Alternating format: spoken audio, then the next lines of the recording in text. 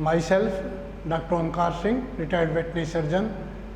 Innovation AI training institute में आप सभी बच्चों का स्वागत है।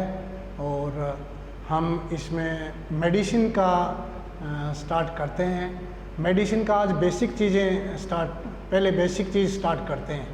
तो उसमें बेसिक में क्या होता है कि इसमें दवाइयाँ कैसी, उसको पशु के बारे में सारा बताते हैं, उसका कैसा टेम्परेचर कैसे लेना चाहिए, श्वास गति कैसे लेनी चाहिए, उसकी नाड़ी कैसे महसूस करनी लेनी चाहिए, और पशु स्वस्थ पशु और बीमार पशु में क्या फ़र्क होता है, कौन कौन सी बीमारियां किसके द्वारा होती हैं।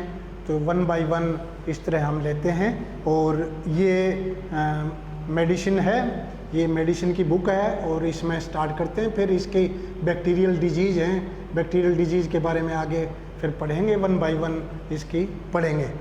तो इसमें स्टार्ट करते हैं रोग मेडिसिन में। पहले जनरल चीज़ें स्टार्ट करते हैं। इसमें क्या है कि पशु का टेम्परेचर कैसे लेना चाहिए, गाय और भैंस का। मेन हमारे ये दो हैं एआई ट्रेनिंग में, गाय और भैंस। तो इसमें पशु का पहले तो कि ये हमें पता होना चाहिए कि उसका स्वस्थ पशु का टेम्परेचर नॉर्मल कितना होता है। तो इसमें गाय में 102 के लगभग होता है, 102 होता है, और भैंस में 100 के आसपास होता है, 100 101 के आसपास होता है। तो उसमें कुछ मौसम पर डिपेंड हो जाता है, सर्दी के टाइम में, गर्मी के टाइम में। तो इसमें हृदय की गति गाय में 50 से 60 होती हैं, और सांस 1 मिनट में 20 से 25 बार सांस लेता है। और जो भैंस है उसका टेम्परेचर 101-100 के आसपास होता है नॉर्मल टेम्परेचर। और जब बीमार होते हैं तो उसमें टेम्परेचर बढ़ जाता है पशु का। और उसमें हृदय की गति नाड़ी और वो होती है 40 से 50, 1 मिनट में 40 से 50 बार हार्ट बीट होती है। और सांस 15 से 20 बार 1 मिनट में सांस लेता है। तो ये टेम्परेचर हमें पशु का कैसे लेना चाहिए। टेम्परेचर तापमान लेने के लिए हमें एक थर्मामीटर होता है, उसमें सबसे पहले उसको झटका लगाते हैं। झटका लगाने से उसका जो पारा होता है वो नीचे उतर आता है। नीचे उतरने से और उससे फिर टेम्परेचर सही पता कर लिया जाता है। तो उसमें पहले उसमें रेक्टम में से उसका गोबर निकाल दिया जाता है। गोबर निकालने से और उसका जो टेम्परेचर है वो रेक्टम में थर्मामीटर, आधा थर्मामीटर अंदर उसकी साइड से, जैसे वहाँ मरकरी लगा होता है, ग्लास लगा होता है, उस साइड से अंदर करते हैं। और उसको उसकी रेक्टम की से उसको टच होना चाहिए, ना कि गोबर में। वो नहीं तो गोबर का टेम्परेचर आ जाता है वो। और उसका म्यूकोजा का साथ अटैच होना चाहिए उसको, थर्मामीटर को 1 मिनट तक उसके अंदर रहना चाहिए। और उसको हम साफ़ करके रुई से और उसका टेम्परेचर हम पशु का ले लेते हैं। तो ये इस तरह की टेम्परेचर लेने का तरीका है। और उसकी हार्ट बीट कैसे लेते हैं, हार्ट बीट पशु की नाड़ी कैसे, उसकी पूंछ के नीचे कोक्सीजियल आर्टरी होती है, और वो जब हार्ट बीट होती है तो वो जो नाड़ी उसकी आर्टरी होती है वो बीट करती है, तो कोक्सीजियल आर्टरी होती है। उससे हम पता 1 मिनट में उसको गिन लेते हैं, 3 बार गिन लेते हैं और उसका फिर एवरेज निकाल लेते हैं। तो ये हमें पता चल जाता है कि ये उसकी कितनी ये नाड़ी चल रही है 1 मिनट में, या हार्ट बीट है उसकी। और इसी तरह सांस लेने का भी पशु का वो उसके हाथ आगे रख लेते हैं, उसके नोज के आगे, और वो उसके घड़ी होती है, उसमें स्टॉप वॉच होती है। उसमें जब सांस आता है तो उसमें 1 मिनट में वो हम गिन लेते हैं कि कितनी बार उसको सांस लिया उसने। तो उससे हमें पता चल जाता है वो सांस लेता है, सांस छोड़ता है, तो वो पशु उसकी सांस 1 मिनट में हम गिन लेते हैं और उसका एवरेज निकाल लेते हैं। ये अलग अलग उम्र के हिसाब से फीमेल में सांस गति और हार्ट बीट और टेम्परेचर, ये तीनों चीज़ें फीमेल में कुछ ज़्यादा होती हैं। कुछ मौसम का प्रभाव पड़ता है, काफ होते हैं उसमें भी ज़्यादा होते हैं। और पशु जब चारा खाता है और जुगाली करता है उस टाइम भी उसमें ज़्यादा उसमें हार्ट बीट हो जाती है और सांस लेने की वो भी ज़्यादा हो जाती है और टेम्परेचर भी कुछ बढ़ जाता है। एक हमें नॉर्मल पशु को बिल्कुल एक जगह खड़ा करके बिल्कुल रेस्ट में उसका टेम्परेचर, हार्ट बीट और उसकी श्वास गति उसकी नोट करनी चाहिए। यदि पशु को हम भगा के कहीं दूर से काम करता हुआ पशु आएगा तो उसकी बढ़ जाती हैं वो चीज़ें। इसके बाद हम लेते हैं कि पशु के स्वस्थ और अस्वस्थ पशु में क्या फ़र्क होता है। स्वस्थ पशु के अस्वस्थ पशु के क्या लक्षण हैं। स्वस्थ पशु का वो बिल्कुल एक्टिव होता है, बिल्कुल चुस्त होता है, और अस्वस्थ पशु होता है वो बिल्कुल लेजी होता है, बिल्कुल ऐसे कान उसके नीचे गिरे हुए होते हैं और वो जुगाड़ी करना बंद कर देता है। स्वस्थ पशु जुगाड़ी करता है, अस्वस्थ पशु जुगाड़ी नहीं करता। उसकी दूध देने की कैपेसिटी है, जैसे दूध देने वाला कोई पशु है, दूध देने की कैपेसिटी उसकी घट जाएगी, और जो स्वस्थ पशु है वो दूध अच्छा देगा। तापमान भी उसका अस्वस्थ पशु का बढ़ जाएगा, सांस लेने की गति भी ज़्यादा हो जाएगी, टेम्परेचर भी बढ़ जाएगा, पेशाब और गोबर दस्त, या तो गोबर दस्त लग जाएंगी या कब्जी हो जाएगी बीमार पशु की, अस्वस्थ पशु की, और पेशाब का रंग भी उसका चेंज हो जाता है। अस्वस्थ पशु का पेशाब का रंग ज़्यादा डार्क पीला हो जाता है। और इसके बाद हम आगे लेते हैं कि पशुओं को दवाई देने का कौन कौन से तरीके हैं, पशुओं को दवाई कैसे दी जाती है। तो इसमें दवाई देने के एक तो हम पिलाते हैं, नाड़ से पशु को नाड़ से पिला देते हैं दवाई। वो नाड़ एक प्लास्टिक की भी बनी होती है और लकड़ी की बनी होती है, वो नाड़ होती है, उसमें कई बार पशु बदहजमी वगैरह होती है, तो वो मुंह से यदि उसको दवाई देनी है तो वो पिला देते हैं उसको। और इसी तरह बोलस खिला भी देते हैं उसको, जैसे कोई पाउडर है या कोई बोलस टाइप में है, कोई गोली टाइप में है, तो वो भी हम आटे वगैरह में मिला के उसको पेड़ा बना के खिला देते हैं। और नंबर 3 कुछ अनीमा भी कर देते हैं, जैसे पशु को किसी को कब्जी हो जाती है तो उसका अनीमा करते हैं, उसमें ग्लिसरीन की कुछ मात्रा पानी में ग्लिसरीन डाल के और उसमें रेक्टम में डाल देते हैं, तो उसका कब्जी उसको दूर हो जाती है, अनीमा हो जाता है। और कुछ नंबर 4 अफारा दवा का बफारा देते हैं, जैसे किसी पशु को ठंड वगैरह खांसी वगैरह हो जाती है तो उसमें तारपिन का तेल गर्म पानी में डाल के उसके बफारे देते हैं, पशु को सुंघाते हैं, तो उससे कुछ पशु को सांस के साथ वो ले जाते हैं तो उसको पशु को कुछ रिलीफ मिलता है। और उसको गर्म या ठंडा, नंबर 5 उसको गर्म या ठंडा सेक करते हैं, तो कहीं गुम चोट वगैरह लग जाती है पशु को तो वहाँ गर्म या ठंडा सेक करते हैं, ब्लड सर्कुलेशन उससे तेज़ हो जाता है, वो ठीक हो जाता है। नंबर 6 उसकी पुल्टीज बनाई जाती हैं, जैसे अलसी वगैरह होता है, कोई फोड़ा वगैरह हो जाता है तो उसमें पेन काफ़ी होता है, तो उसमें अलसी की वो पुल्टीज बनाई जाती हैं, वो उसके ऊपर बांध देते हैं और वो फोड़ा पक के तैयार हो जाता है। नंबर 7 मल्लम के रूप में दी जाती है, जैसे कोई फोड़ा हो जाता है, कोई जख्म हो जाता है, उसके ऊपर मल्लम लगाई जाती है तो मल्लम उससे वो ठीक हो जाता है। और नंबर 8 दवाई जैसे आई ड्रॉप्स या ईयर ड्रॉप्स दवाई दी जाती है लिक्विड में, उसमें आँख में डाली जाती है तो वो बूंद के रूप में डाली जाती है। आई ड्रॉप्स और ईयर ड्रॉप्स होती हैं वो उसके बूंद के रूप में डाली जाती हैं।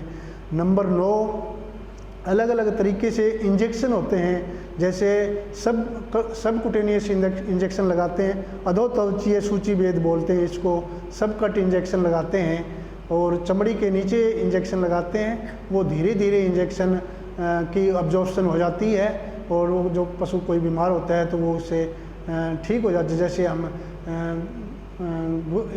माइफेक्स वगैरह चढ़ा देते हैं लॉन्ग एक्टिंग के लिए, जैसे प्रोलेप्स का कोई केस होता है तो उसमें हम सबकुटेनियस भी उसमें माइफेक्स चढ़ाते हैं, तो वो धीरे धीरे उसका अब्जॉर्प्शन होता रहता है, लंबे टाइम तक वो उसका असर होता रहता है। कोई वैक्सीन देते हैं तो वो भी हम सबकुटेनियस वैक्सीन देते हैं। नंबर 2 वो उसके दोनों साइड में दे सकते हैं, लेफ़्ट और राइट साइड में पशु की गर्दन के दोनों साइड में दे सकते हैं। नंबर 2 उसमें फिर ये कै है, ये वो कै। दूसरा उसमें देते हैं कि इंट्रामस्कुलर देते हैं, वो मांस में देते हैं, उसके पिट्ठे में भी लगा सकते हैं, अगली साइड में, दोनों लेफ़्ट और राइट साइड में गर्दन के उसमें हम लगा सकते हैं, मांस में मसल जो होती है उसमें इंजेक्शन लगाते हैं। और अंत सूची वो उसको बोलते हैं अंत पेशी सूचीवेद, इंट्रामस्कुलर बोलते हैं उसको, और वो उसमें लगाते हैं और पशु की उसमें अब दवाई की एब्जॉर्प्शन हो जाती है और पशु बीमार पशु ठीक हो जाता है। नंबर 3 इंट्रावीनस देते हैं अंत शिरा सूचीवेद। अंत शिरा सूचीवेद में क्या है कि उसमें इंट्रावीनस देते हैं, जुगुलर वेन होती है पशु की, उसके गर्दन के नीचे की दोनों साइड में जुगुलर वेन होती है, उसमें पशु को हम दवाई इंट्रावीनस कोई दवाई देनी होती है जल्दी इफ़ेक्ट के लिए, तो वो हम दवाई दे देते हैं, जल्दी असर करती है उसमें। और वो कोई ड्रिप वगैरह चढ़ानी होती है तो वो जुगुलर वेन में हम चढ़ा देते हैं, जल्दी असर करती है। नंबर 4 उसमें घ आता है, ये अंत त्वचा सूचीवेद इंट्राडर्मल देते हैं, इंट्राडर्मल स्किन के नीचे देते हैं। और उसमें क्या होता है कि जैसे हम कोई टेस्ट वगैरह करते हैं, जैसे हमने टीबी का टेस्ट करना है तो वो इंट्राडर्मल देंगे हमें, और वो उसमें फिर देख लेते हैं कि स्वेलिंग वगैरह है तो उसमें टीबी पॉजिटिव है या नेगेटिव है, तो उसमें डर्मल के नीचे देते हैं। फिर देते हैं इंट्रापेरिटोनियल देते हैं। अगला है इंट्रापेरिटोनियल। इंट्रापेरिटोनियल विधि से अंतगुहा में सुई दी जाती है।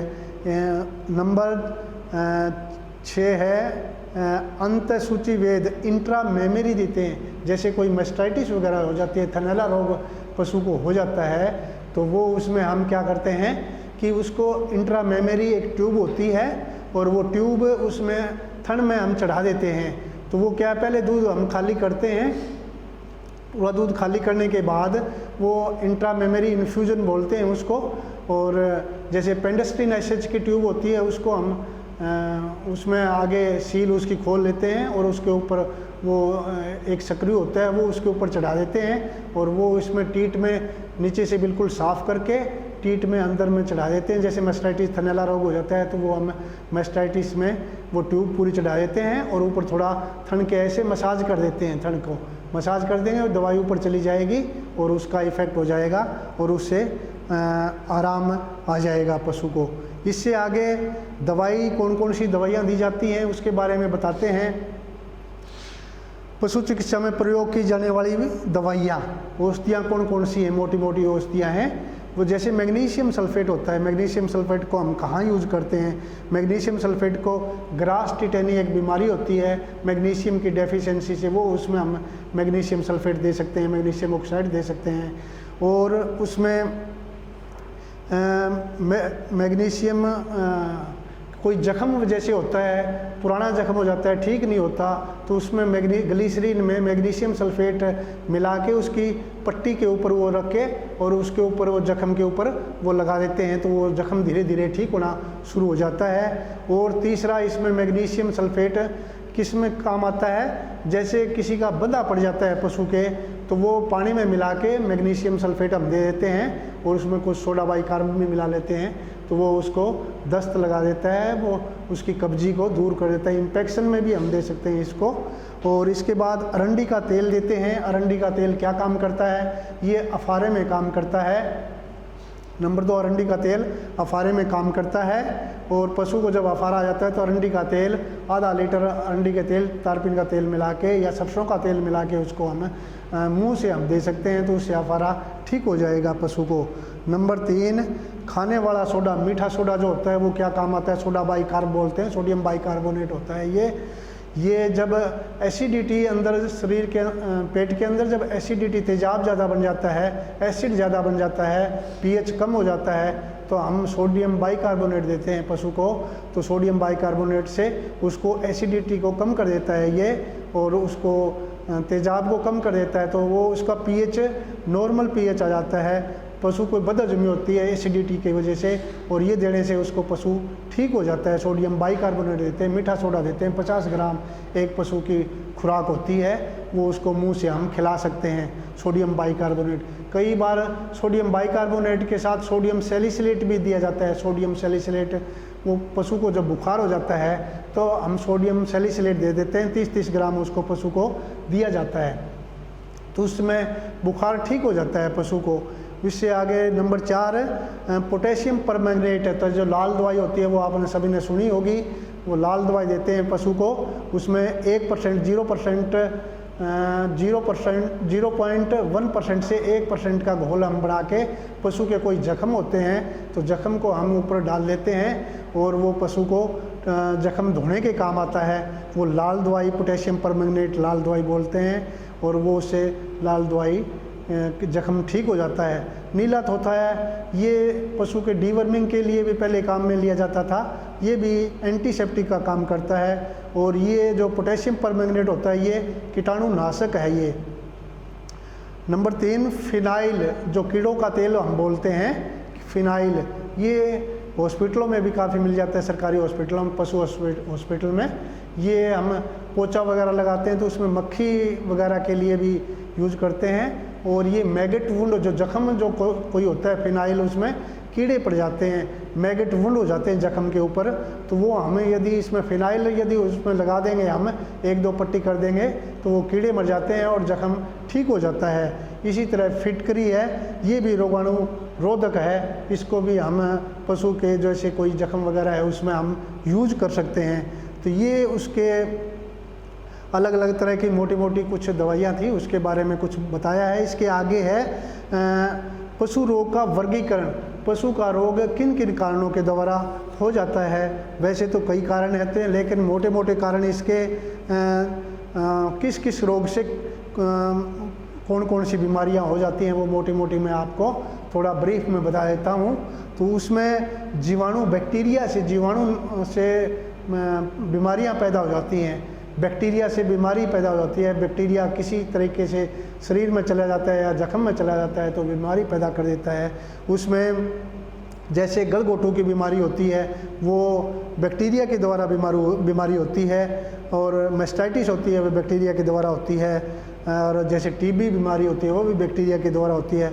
आगे होती है विषाणु जनित वायरस से जो बीमारी होती है वो विषाणु को बोलते हैं। जैसे रेबीज है और एफएमडी है, मुंह पका रोग होता है, और रेबीज होता है, वो ये विषाणु जनित रोग होते हैं। नंबर 3 फफूंद से रोग होते हैं, वो फंगस से रोग लग जाते हैं, जैसे दाद वगैरह हो जाता है वो फंगस से रोग लगता है। नंबर 4 प्रोटोजोन डिजीज बोलते हैं, उनमें कौन कौन सी बीमारी आती है, जैसे सर्रा है, थिलेरियसिस है, और बेबेसिस है, विब्रियोसिस है, ये प्रोटोजोन डिजीज होती हैं। और उसके बाद कुछ मेटाबॉलिक डिजीज भी होती हैं, जैसे मिल्क फ्यूर बीमारी आती है, वो मेटाबॉलिक डिजीज है। आगे विषाणु से पॉइजन हो जाते हैं, विषाक्तता हो जाती है, कोई चीज़ खाने पीने से जैसे फूड की पॉइजनिंग हो जाती है वो विषाक्तता हो जाती है। कुछ जैसे पॉइजन, जैसे पेस्टिसाइड फार्मर ने अपने खेत में छिड़का, फार्मर ने वो उसको पशु को खिला दिया, उससे पॉइजनिंग हो जाती है पशु को, तो वो विषाक्तता होती है। ये रासायनिक पदार्थ वगैरह होते हैं तो वो विषाक्तता, इसी तरह से ये अलग अलग तरीके से बीमारी पशु को हो जाती है।